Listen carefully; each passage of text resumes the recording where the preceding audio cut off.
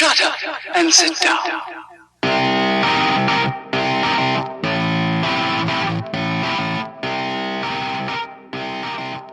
Well, howdy, everybody, and welcome to possibly, most likely, very likely the last recorded episode of the Pigskin Pricks. And I say that with the maybe on, hey, if the Chiefs end up winning the Super Bowl this coming Sunday, maybe I'll do a follow-up episode just to cover, the celebratory nature of that game winning and all that fun that's going on with that. Otherwise, I'm pretty sure I won't do another recording. But there's also still a gotcha because there's a couple, at least one, two, I believe, episodes that we recorded that we never released. One was our very first episode, and it was kind of a practice run that we just didn't feel like was polished enough to start our podcast careers, if you will, with. And then we had one live NFL draft show that was like 4 hours long. We just decided never to post, even though we recorded the entire thing. So I think I'll post those after the season's over as a follow-up and, Easter egg for those that are interested in checking those out. I'd say the one pre-record is probably more fun, and the draft one, maybe the first round, if you can tolerate that, of the NFL draft, might be interesting to some. But anyway, as you probably know by now, being that I think this is the third or fourth episode where I'm solo. It is now just a Pigskin Prick, aka me. The other pricks have went on their merry way. But we have had a comment from Joe on the last episode regarding some of the picks that were made. Hoping to hear from Evan because I'm just, as you know, making theoretical guesses on what I think they'd pick and, going with that. So anyway, without further ado, let's start this off like we always do. What are we drinking tonight? So I've been looking forward to this. Had it for a little while. It's a Mertz tart, something cherry. It's hard to read there with tart cherries from Funk Factory, Wazera. I don't know. I've never had this before. Let's see. The back says Cherry Mertz is our take on the low alcohol style traditionally derived from the second runnings of lambic. Our modern interpretation begins with Pilsner malt, raw wheat, and SARS hops, which is brewed using a turbid mash, long boil, and low hopping rate, and finally fermented in foeders with our wild yeast. This version was then re-fermented on tart cherry. So I expect it to be a little tart because you heard him say wild yeast. It's brewed bottled, like I said, Funk Factory, Wazeria, in Madison, Wisconsin. So anyway, kind of a cool looking bottle. Bought it over the holidays, just never got around to drinking it. So let's give this guy a shot. It's a big bottle for me today. I don't care. I probably knocked the whole thing out. I've had some different kind of tart or cherry sour type beers, and I typically love them. Let's hope this one goes along the same way. Got a nice rosé color to it. Let's see how it smells. Like tart cherries.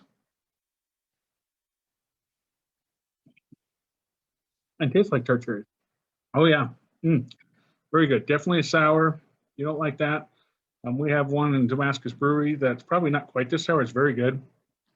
This one's a little more sour. Man, it's good. Geez, that has a great, clean, crisp flavor. It's like they said, tart cherries. It's like this isn't like a cherry pie or, sweet red cherry that you eat straight. This is a little bit more tart. And made so even more in probably the brewing process, but man, that's good. So I'm really impressed. I like sours, and one of the things that Damascus does with their cherry is they put it on, they make their own ginger beer, and they put it on that, and that would probably be really good. It ends up kind of making it a little sweeter and kind of tastes like soda pop almost. I mean, you can just pound those things. I kind of like their cherry straight because I like to take my time with it and enjoy the cherry flavor. Because this one's, I hate to say it, I think it's better than theirs, and theirs is damn good. No thing. I'm going to give it a 9.5. If you don't like sour, you're going to not like that rating, but that's okay. This is a very, very, very, very good beer. So anyway, let's get on to the rest of the show, because you know me, I like to talk about my drinks. And let's do our picks for the week. While we're at it, So I'm going to go back with this style of not going in the slideshow presentation because I liked not having things kind of hidden there. I could hide this, I bet. Or make it a little smaller. That's nice. And so last week, I made the picks for the conference championship round. Guessed where Evan and Bill would go and where I would go. And so the first game of the week was the Packers versus the Bucks. Didn't go the way I wanted it to. And, it ended up kind of being close, and it probably should have been closer with some interesting coaching decisions at the very end of the game, which I'm going to recap here in just a second. But it ended up that Joe and Evan were right with the Bucks. And it's a very interesting pick, as I'll show you later in the round as far as who picked the Buccaneers to make the Super Bowl. Packers did not make it. And if you remember from last week, the Packers were picked in at least about half of the half of everybody like Sports Illustrated had went with. And then the good news. I was bummed about the Packers losing. Luckily, that game actually happened first. I really didn't want the Chiefs to play first and lose because then I wouldn't really be interested in the second game. And even though I thought the Chiefs would win, obviously, luckily they played first, so it didn't matter. I mean, I was a little tainted by the Bucs winning, but I was very much hopeful for the Chiefs. And as you can see, the Chiefs pulled it out with a little better spread. 14 points than the Bucs over the Packers, who only beat them by 5. Am I doing my math yet? Yep, that's right math. So the Chiefs really did a good job of handling the Bills and making it to their second straight Super Bowl. Now, real quickly, I want to recap that Bucs game because, and I'll probably do the Chiefs game too. It's not quite as interesting, but I was prepped for this one this time. As far as talking about the Bucs game, I already got it pulled up, but I got to remember to hit share real quick so that I can show everybody. So, it really was not a good game for the Green Bay. As you can see, Bucs came right out, scored in our first possession. Green Bay punts. Luckily, they get Tampa Bay to punt, and then Green Bay scores. So it's tied at end of the first quarter of 1-1. Then in the second quarter, doesn't go as well. So Bucs score again. They come all 4 plays. Then Green Bay gets a field goal, so they're hanging tough. They get the Bucs to punt. Then Green Bay throws a pick. Kind of remind me of the New Orleans game. And then Tampa capitalizes on it. Right now, it's 21-10 going into the half. So thinking, oh boy, and really Green Bay's defense just did not look good. Their offense struggled a little bit. And then they come right out of the half and fumble the ball. So they throw a pick, get scored on, come back, fumble, get scored on. Now it's 28-10. Luckily, they come back and they score right after that. And that was a nice long drive. They get it back to maybe there's a chance. It's an 11-point game. And then here comes Tom Brady throwing a pick. Now, both teams have thrown a pick, though. Green Bay also has a fumble. I think that was Aaron Jones, and I think he was out after that game at that point, too. Let's see. The fumble was Aaron Jones, and Aaron Jones was injured, and he was out for the rest of the game. So they fumbled. So now it's, 2 turnovers for Green Bay, 1 turnover for the Bucs. And Green Bay turns around and scores and gets it within 5. So now it's a game, right? We're finally back into a game late in the third quarter. And after they score, Brady throws an uncharacteristic second touchdown after a decent little drive, 6 plays. And so now it's tied up as far as turnovers, 2-2. What does Green Bay do? They go all of -5 yards in 3 plays, and they punt the ball. Tom comes back and throws another pick after only 3 plays, right? So, okay, now it's 3 turnovers to 2. Green Bay's got the advantage. And what do? A punt again. All of 3 plays for 0 yards. So they can't get anything together with their offense. Fourth quarter. I mean, honestly, Tampa's defense was really good that game. Green Bay's defense was not good.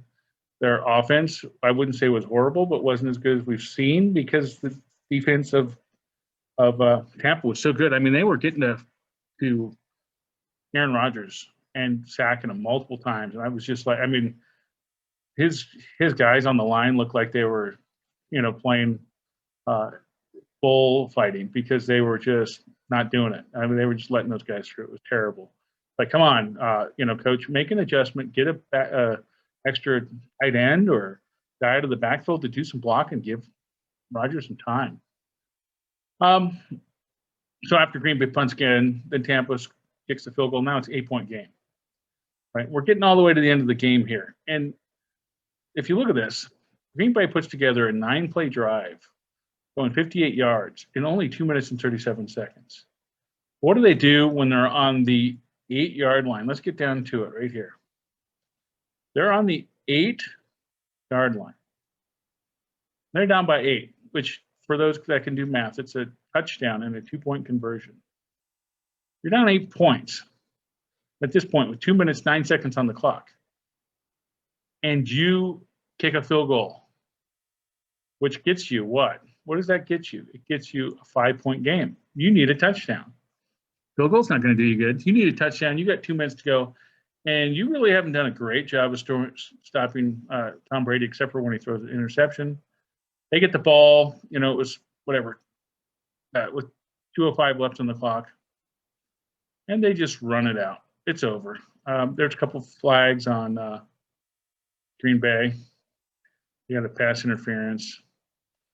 They did get one on Tampa here, but it just didn't happen. And everybody was shocked by it. It's like, here's your chance to tie the game. You need a touchdown. 2 minutes to go. And instead you kick a field goal and give the game away. It was sad, right? It really was. So Tampa deserved to win. I didn't want to see him win. I think Green Bay's a great team. Something I was going to show in that particular game. Just want to do a comparison. So I did this with the New Orleans game, right? The comparison of quarterbacks. And they didn't make this about the quarterback so much. But look at Tom Brady. So he has 20 of 36, 280 yards, 3 touchdowns. He had 3 picks in that game. 3 picks. He had pretty good stats. Look at Aaron Rodgers. 33 of 48, first 20 of 36. So he missed 15 passes, and Brady missed 16, throwing less passes, like 12, right? 346 yards, first 280.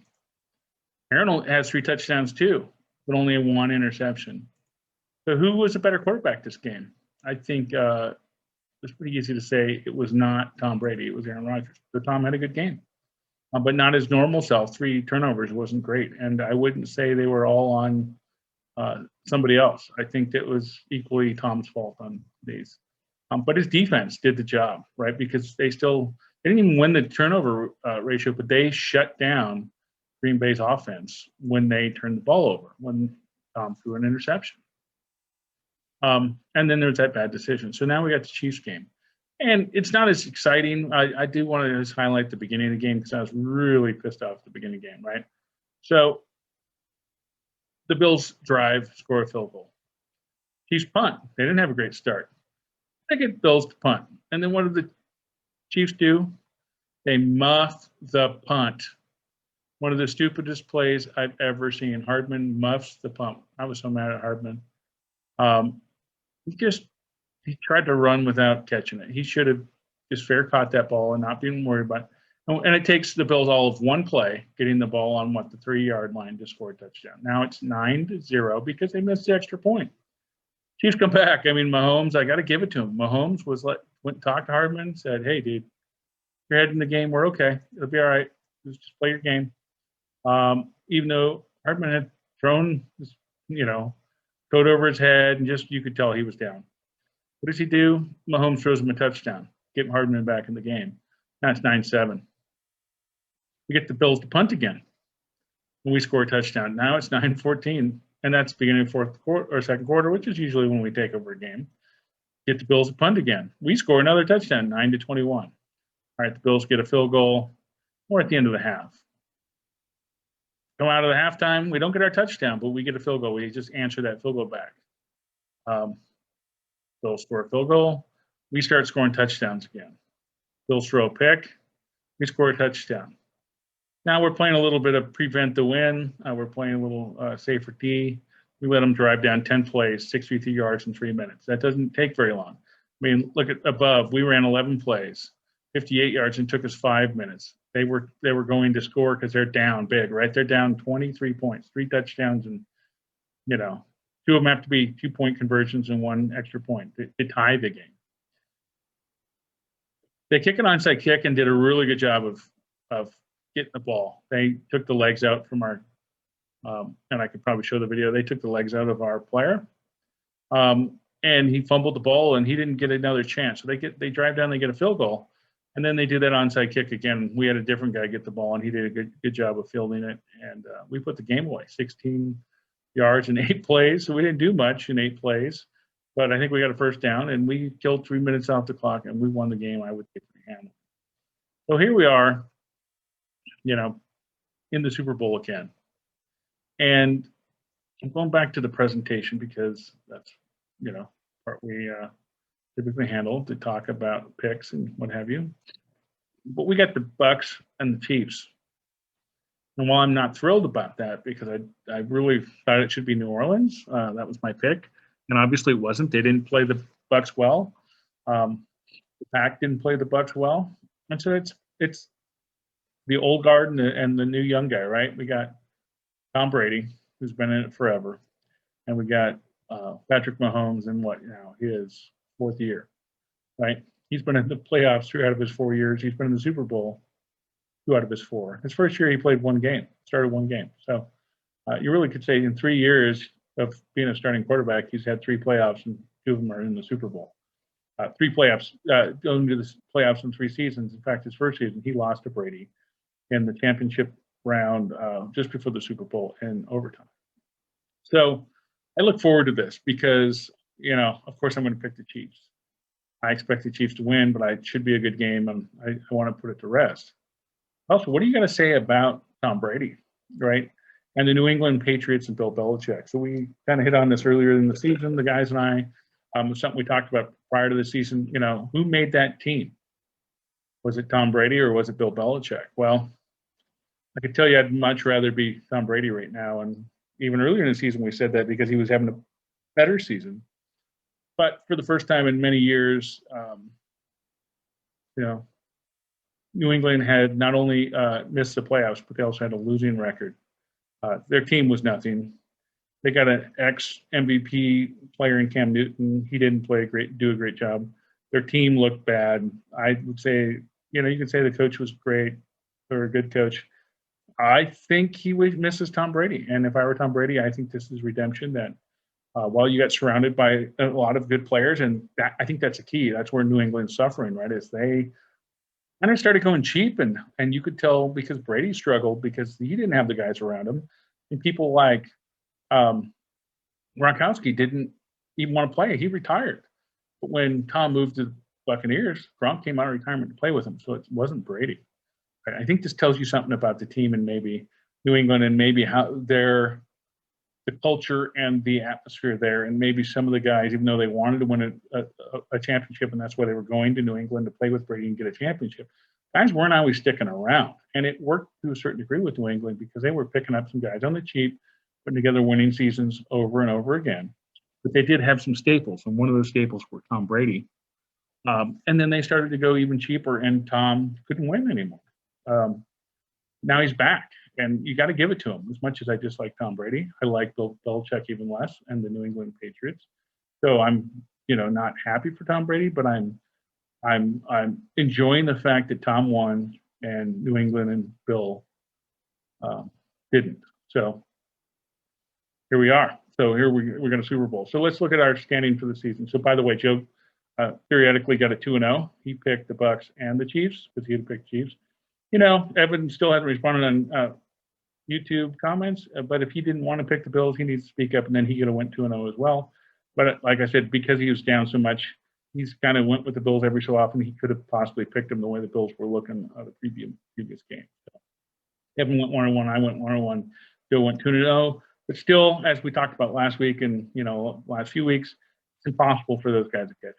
So Joe got a game on me. He's still 4 games down. And I'm pretty sure he's not picking against me this last week. And even if he did and were to gain a game, he'd still be 3 games. Evan's in trouble. He's been in trouble for a long time. He's 13 games down, 9 games to Joe. So who am I picking this week? The Chiefs, of course. This isn't so hypothetical. And there's some pretty cool stuff going on here. But Joe and I know Joe would have picked the Chiefs, even though he likes the Bucks. He picked them last week. He's going to pick the Chiefs, of course, because he's a homer. So am I. And Ev's going to pick the Bucks because he predicted the Bucks in the Super Bowl at the beginning of the season prior to a single snap of the ball. And here I'm going to show you in just a moment. There was not another person in anybody I've talked about over the last couple of weeks that picked the Bucks to make the Super Bowl. In fact, earlier a couple of weeks ago, there were some articles about how Vegas, of any team that they were basically going to be in a not so good situation, was if the Bucks made the Super Bowl and won it. Vegas was kind of upside down a little bit, and that might have changed by now, but that was the thing that was going to hurt them the worst. And here they are. Bucks are in the Super Bowl. Go Chiefs.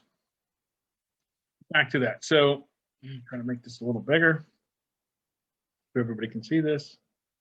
Maybe I'll hit play on this particular one so we can all get a view of this. Hopefully you guys can see most of it. So not a lot of changes. Most of the stuff that happened earlier. So what I did add is I added scoring. So nobody got points for the first round because all these guys made their bracket based on who was in the playoffs. And Joe and I and Evan, we predicted the playoffs prior to the season starting. And we didn't necessarily pick all the teams, and so it's not really fair to us to count first round. And in some cases, even this middle round, well, we did pick it. So I went with that. But Albert Breer, sorry, he picked New Orleans like I did. So he lost out on that a long time ago. Again, he didn't have Tampa. So he's got, let's see, 6. He's got 11 points right here, and he's one of the top. So 11. Some of these guys, can't see this guy's name. I got to move it out of the way for a second. Andrew Brandt. So Andrew did really badly. He doesn't have anybody in the Super Bowl, and didn't do so good in the various rounds. He's got all of 6 points. You got Connor Orr, kind of a similar scenario. So these are the experts, by the way, at Sports Illustrated, right? And they knew who was going into the playoffs, something we didn't know. And he's got 5 picks right. He just had nobody in the Super Bowl. You got Gary Gramling. He's doing a little bit better. He's basically sitting in the same place as Albert. It's like he basically made the same picks. So, yeah, he made the same exact picks. So, of course, he's going to be the same situation. We got Greg Bishop. Almost the same. He had the Seahawks, so he lost a point. Got Jenny Brentis. She's sitting in the same situation as Greg, picking the Seahawks. Thanks to Tampa, whether you pick New Orleans or Green Bay, didn't happen. Basically, what I want you to pay attention to is look at the right side. Nobody here has the team going into the Super Bowl that is going, which is Tampa Bay. Nobody picked them. They either picked New Orleans or Green Bay. And they did that at the beginning of the playoffs, not at the beginning of the season. Right? Drag this back up here so we can talk about it. So then we got Michael Rosenberg, and he's doing pretty good. He really kind of missed the NFC. He had the Seahawks and Washington going into the second round, and that didn't happen, right? And then we got Mitch Goldich. He actually had the best. So he did what several others did on the left side, 3-2-1. But he's got he got both Green Bay and Tampa in the championship round. But he picked Green Bay over Tampa. He was so close to having everybody. If he'd have picked Tampa, he'd had both of the Super Bowl teams, and he'd had a really good bracket. But he actually leads it. He's got, let's see, 6. He's got 12. Albert and this Gary Gramling guy, they got 11. So hats off to them. They did pretty darn good considering. And I want to show you what we did, right? So the thing I want everybody to remember is, like I said, we picked all these based on prior to the season starting, and we didn't pick all the teams, so it's a little harder to give it. But look at the points we have, right? So I was really close to what everybody else had, though I had the Ravens. And remember when I was picking the games, I picked the Bills. I picked them twice. But prior to the season starting, I said the Ravens were going to win it. So I went with that. Otherwise, I'd be like where everybody else was on the left side. And very similar on the right. But again, I'm going with my preseason. I said Seattle was going to play New Orleans. And so to get that done, I had to let them win, even though I picked the Rams over Seattle when the games actually happened. So I was a little bit more accurate, but still doing pretty good. I got 8. You know, 8's not too bad when you're picking this prior to the season starting. We got Joe. Very similar. Unfortunately, he picked Indy, which hurt him a little bit. On the left side, he's down 1 game, but on the right side, he got Tampa, so he's up a game. So we're even. And Evan. Evan did really good, actually. He didn't do as good on the left. He's down to both Joe and I by an extra game. We'll see Joe. Joe, he's tied me. He's down a game because he picked the Bills and the Ravens. He didn't pick the Chiefs. And, of course, he's not getting the Chiefs in the Super Bowl. He had the Ravens going, but he got Tampa. So he's got 1/2 of the Super Bowl right as well. So on his right side, he's the best because he's got Tampa. He actually has the best score. So depending on what happens, if Tampa scores or wins, Evan's got it. Evan will have us by 2 games. If the Chiefs win, I will tie Evan in the bracket, and Joe will obviously tie me as well. So we'll have a 3-way tie if Chiefs win. So let's go with that. Something else I want to point out, and I don't think it's going to happen. Just the logistics and the fact that the guys dropped out of the podcast, but we did say early in the season if we picked both teams in the Super Bowl, and I think this is an accomplishment. No single one of us did, but we commented if both of our teams that somebody picked are in the Super Bowl, we were going to get together for the game. Maybe we'll do it virtually. So hopefully I'll hear from the guys. But pretty cool. So we have both the Chiefs and Tampa. And I think that's saying something, if you go back, which I'll do here in a second, to the Sports Illustrated guys, but basically the pricks. 2 picked the Chiefs, 1 picked Tampa. We have both teams that are going to be in the Super Bowl. 3 guys were able to accomplish that prior to the season starting. We got, 8 experts from Sports Illustrated. When the playoffs began, nobody got both teams. All of them got the Chiefs. Well, a couple teams didn't even pick the Chiefs. A couple guys didn't even get that. 6 out of the 8 have the Chiefs going, but nobody had the NFC side. Nobody had Tampa. So gave them more guys, gave them a handicap of knowing all the teams that were going to be in it, and they couldn't do as well as the 3 pricks prior to the single snap happening in preseason. We made this prediction if you go back and listen to our episode. So I'm proud of us. I think we did a really good job. I'm very happy with that. I think it's worth, saying something about it. So, not much really to go on other than go Chiefs. I think it's going to be a tough game. There's a little bit of COVID action thanks to Kansas City Chiefs barber. Hopefully that doesn't affect our players. Hopefully we get everybody back and healthy. Might get Sammy Watkins. That would be really nice. A couple of bummers is that Tampa's playing at home. And because of COVID, the Chiefs aren't actually flying down to Tampa till the day before the game, unlike most years where they go a week before. So maybe they'll get more focus time. Obviously, it's about COVID and keeping them healthy. NFL wants as good a game as possible. They want the best players in this game to get the draw. They don't want people being sick and it's being a fluke. They want it to be the best possible matchup and the best team wins, not the sickest team loses or the most healthy team wins because of COVID.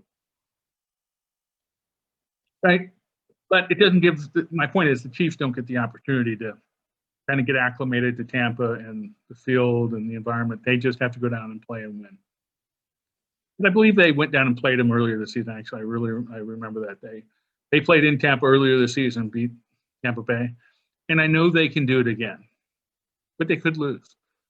There's no doubt about it, right? And it seems so simple to say, they could lose. And I'm not trying to say it as an escape or a just in case. What I mean by that is the Chiefs are a better team. They should win the game. But if they make mistakes like a muff punt that they cannot recover from, because that defense is one of the better defenses they're going to face. They don't protect Mahomes. If they don't have a running game that's successful, they could very easily lose. And the defense has got to play. The defense has got to play like they played against Buffalo. They shut down Buffalo very well. That team has a very good passing attack and a pretty good running game. Not as good as Tampa's running game, but a pretty good running game. And Chiefs shut them down, simply put. And so let's see that happen this week. Let's play our best game. Chiefs, I'm rooting for you guys. I'd love to see Mahomes and company get another one. I said last year after watching that team play, they could keep this team together. They can start to build a dynasty like New England can. And absolutely, even if they lost, it's saying something that they've made it this, 3 years in a row like this and had such success. And there's no reason they can't do it again next year based on what kind of team they have. They'll probably run into a little bit of salary cap issues and possibly lose some folks, but not Mahomes. Don't think they're losing Kelsey. Don't think they're losing Tyreek. Hopefully, Chris Jones sticks around, but we need to build that defense. But I just want to see another win. That would be even better. And while we're not New England yet, it's definitely a very solid, dynasty in the making. And even if it went no further than 2 Super Bowls out of 3, that's something a lot of teams can't even talk about. So I look forward to seeing the game on Sunday. I hope the rest of you enjoyed as well. And I hope, they at least have a really short episode with a beer in hand and celebrating the Chiefs' victory. You never know. If it happens, I might pull it out that night while it's on TV. Who knows? Or I'll have me too fun. But hey, it's been a good ride. I really enjoyed the season. It's a shame we couldn't have finish it out properly, but at least the Pricks, one way or another, finish out the season. I believe this is episode, let me check. I think it's episode 38 coming up here, which is pretty freaking awesome. Yeah, episode 38 is what I'm recording right now. So enjoy. Look forward to any comments you might have. And thanks again for watching and listening. Take care, all. Peace.